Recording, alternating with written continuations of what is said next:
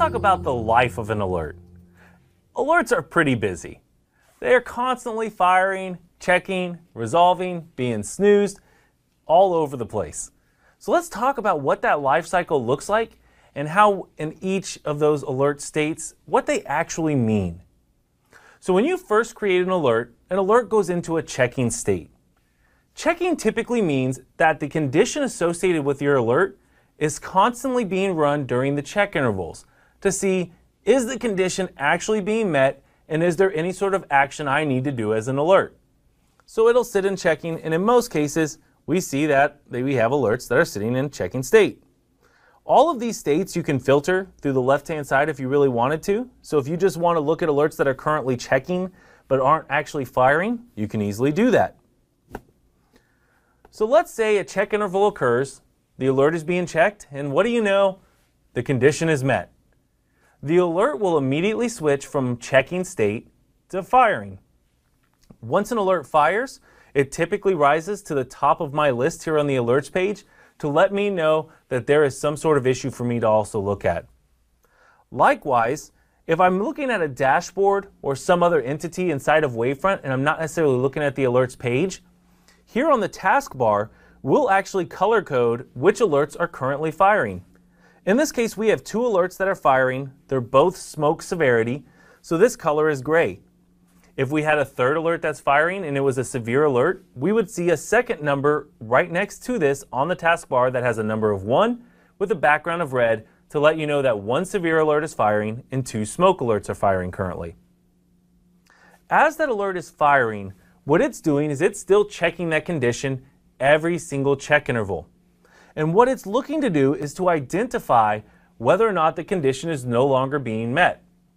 In order for an alert to actually resolve, what it does is it looks at a past minutes to fire window, let's say for example 5 minutes, and it says, is there any true value present?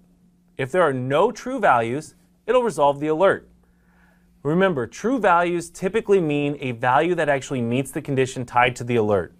So for example, on systems running hot, a true condition would be any value that's currently greater than 80. In order for that to resolve, in the last 5 minutes, it would have to say there are no values at all that are currently greater than 80. It doesn't mean that they all have to be present or that they all have to be false, they just can't be true. So whether that last 5 minutes is a bunch of values that are below 80, or whether it's just a bunch of no data, right? There's no more data flowing in, so it checks it and it just sees a big gap of no data. Since no data is considered neither true nor false, that alert would resolve. So that's the next state within the life cycle. Once an alert is firing, it moves to resolved. And once it goes from resolve or hits resolved, at that point, it immediately switches back to checking. So we always want to continuously give you eyes on your data and explain to you what's going on. So checking, firing, resolved. Those are your three main options. We do have a couple of other additional states tied to that, such as no data and snoozed, and also in maintenance. Let's say that, for example, you want to actually just snooze one specific alert, meaning that even though it's currently firing, I want to snooze it for a certain period of time, so even if that condition is met, it doesn't fire the alert.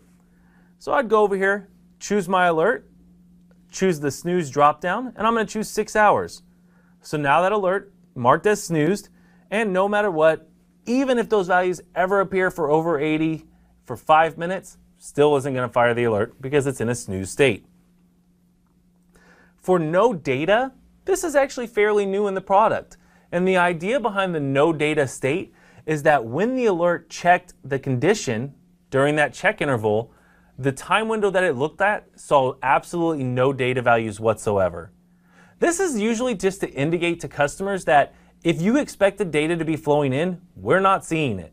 Whether that means that the data is flowing in, but it's flowing in with a severe lag. So essentially, I'm looking at the last 5 minutes, but my data flows into the system with a 10-minute lag for some various reason within my pipeline. Or you've shut down a system, or something is hard down and it's no longer reporting data. At that point in time, you'll see it actually appear as a no data state on the alerts page. The life cycle, again, for alerts is pretty busy. They're always on, they're always checking, and always keeping you covered for those major issues that you have. For more information, detailed videos, and blogs about all Aria Suite products, please visit apps-cloudmanagement.techzone.vmware.com or simply scan the QR code to learn more.